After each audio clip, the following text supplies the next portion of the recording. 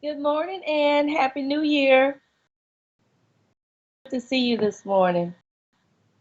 I'm Sheila E. I think people in the vaccine movement, they know I don't really say anti-vaccine because we've been around for a long time. We were pro-vaxxers, believed in the system, and we ended up damaged. And that's actually called autism, the result of that. I've been around advocating for truth and transparency since this happened to my son. My son is now 17 years old. In July, he'll be 18. And he ended up vaccine injured at 12 months of age. He really didn't have a long time before this happened to him, and it was a profound injury that occurred. I took him and his sister in, his twin sister in, for the well baby checkup. 12 months, 20 days shy of, 10 days, actually 10 days shy of being 13 months. And the doctor, as usual, at a naval base in this country, a courseman, lined up the shots, the hip, the DTAP, and the MMR for both babies. As he was getting his shots, his sister went into a rage, a crying fit, and she flipped herself over in the stroller. So when I picked her up to comfort her and I looked around, one of the shots for the sister was missing. And when I asked the corpsman what shot it was, she told me it was the other MMR. On that day, he had the hip, the DTAP, and two MMRs. I lost him that night.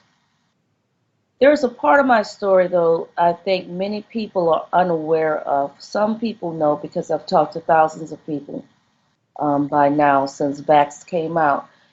But not only did Temple get a diagnosis of profound severe autism disorder, 7 years later, he ended up with a diagnosis of mitochondrial myopathy class 1, which is very serious. And when I asked the geneticist if he thought the vaccines did it, he looked at me and he said he never should have been vaccinated. He ended up with vaccine induced mitochondrial disease. So I ended up losing my son twice.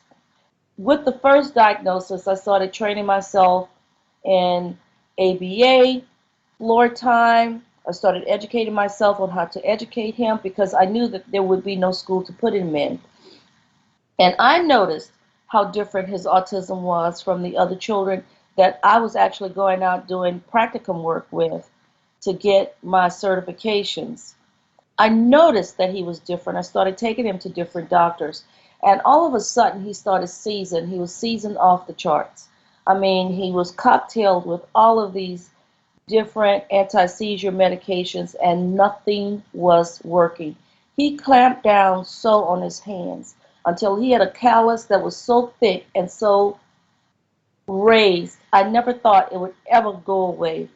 And it wasn't until after Katrina, when we moved back to New Orleans in 2007, a geneticist moved to town and asked me to do a seminar for him because what people don't know, I actually did a school for profound children, and I did for years.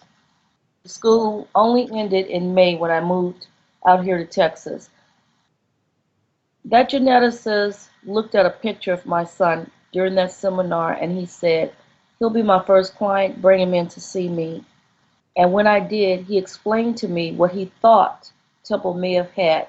So we went through the gamut of the muscle biopsy, all of the blood work that they had at that time. And it wasn't the big genome that they have now, because we're talking about '07. And when the test finally came back, I was devastated because Temple started losing all of his gains again around 4 years of age. The few gains that he had made between 18 months and 4 years of age, he started losing again. And it got to the point where he couldn't pick up his feet.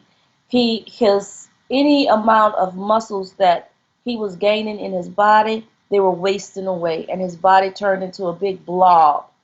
He was gaining massive amount of weight.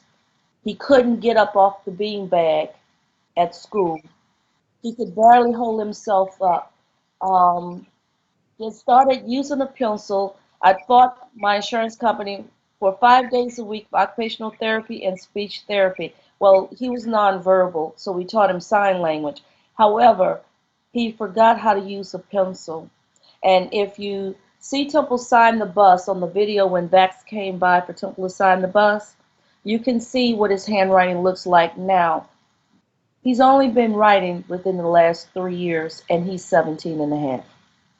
So this is the damage that was caused to my son, inflicted on my son. He was assaulted that day with those vaccines.